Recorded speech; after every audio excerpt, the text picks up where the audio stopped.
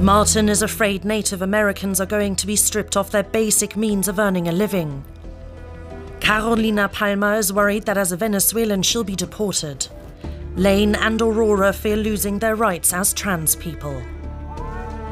There are only two genders, male and female. Minorities in the United States are anxious about the future since Donald Trump has taken office. Those who are not of the white majority live in a state of uncertainty.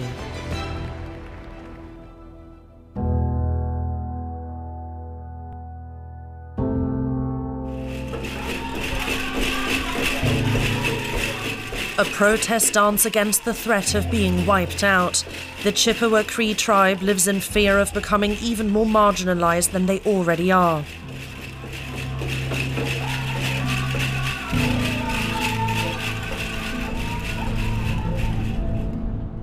More than a century ago, the Chippewa Cree were forcibly resettled on the Rocky Boy Reservation located in northern Montana, close to the Canadian border.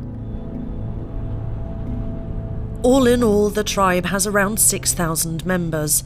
More precise figures aren't available. We meet young Chippewa Cree at the reservation's community center.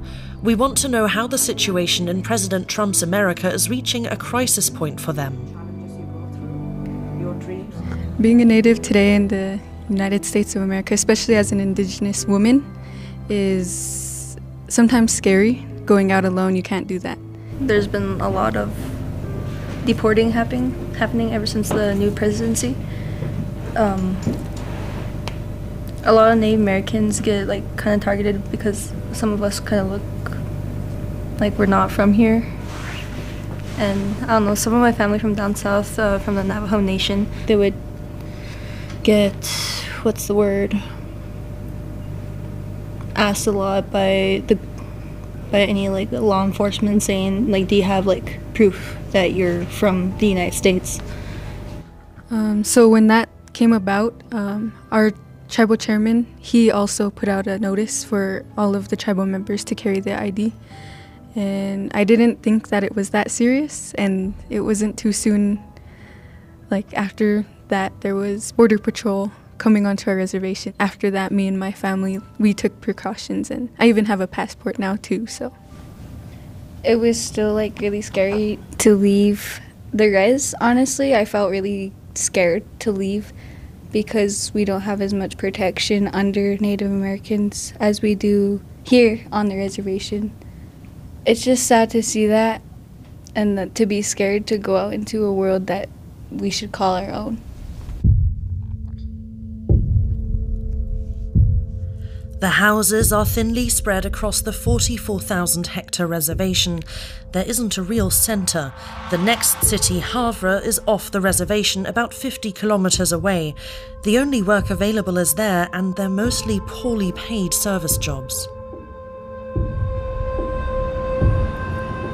Martin Wade Watson has a slightly better paying job.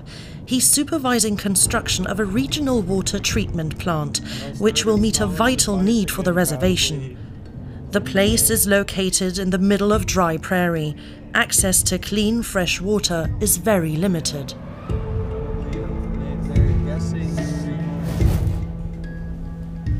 Martin is supervising the project. It's financed completely by federal funds that Donald Trump is threatening to cut.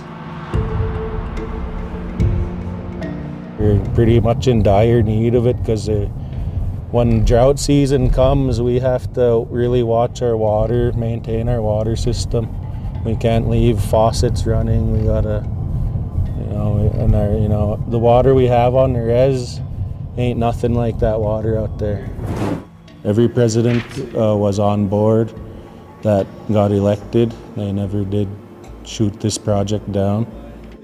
But if the funding is cut, the tribe won't only lose access to clean water, but also an important source of jobs. On our pipeline crews is 100% Native American. This kind of project was vital for us. Native Americans have one of the highest unemployment rates in the country. 60% of the Chippewa Cree of working age are jobless. We get looked past a lot. I've seen it with my own eyes, people qualified to do the job and others picked in front of them that ain't qualified to do the job, and that's probably a big reason why, is who we are and how we've been looked at for generations. In these uncertain times, the Chippewa Cree are seeking stability in their history and by trying to reconcile their traditions with the present. For Martin, that means taking part in rodeos, riding horses and roping cattle. My grandpa done it, my dad done it. I'd say I'm a cowboy. I swing a rope, I ride a horse, I wear a cowboy hat, I enter rodeos. I'd say I'm a cowboy. Just as they have for thousands of years, the next generation comes along and is ready to carry on with the tradition. Our next stop is Doral. Here too, fear of Trump's policies is ever present. Doral is down in the south of Florida, near Miami.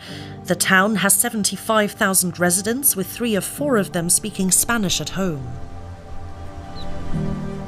Nearly every second person has fled from Venezuela.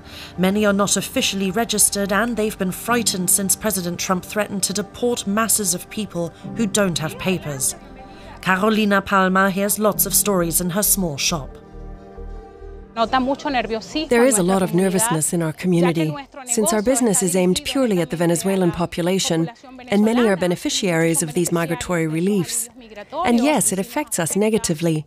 You can be anxious, you can feel fear, and a lot of it is because there's an overload of information. Carolina Palma is living in the US legally, but she's afraid for her undocumented compatriots. Uncertainty. We feel that. There is injustice, starting with our country, with our rulers, and secondly, the places where we arrive and where we take refuge. This uncertainty is ever present. If people are forced to go back to Venezuela, they're not safe at all. They've already lost everything. So going back and trying to make a life there is complicated. Venezuelans fleeing persecution by the Maduro regime could rely on a temporary protected status, the TPS up to now, but Trump's reshaping of US immigration policy has led many to fear deportation.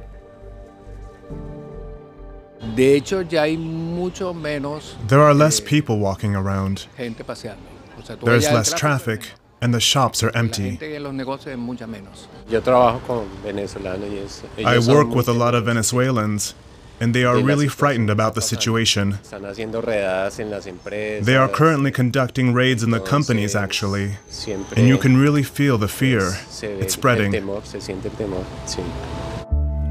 Washington, D.C. The next stop is where the president's power is based. People have gathered in the Capitol on International Transgender Day of Visibility to protest President Trump's two-gender policy. The uncertainty of what's happening right now is what's really troubling. I worry for kids who now have more access to resources than I had when I was young, but are facing more louder backlash.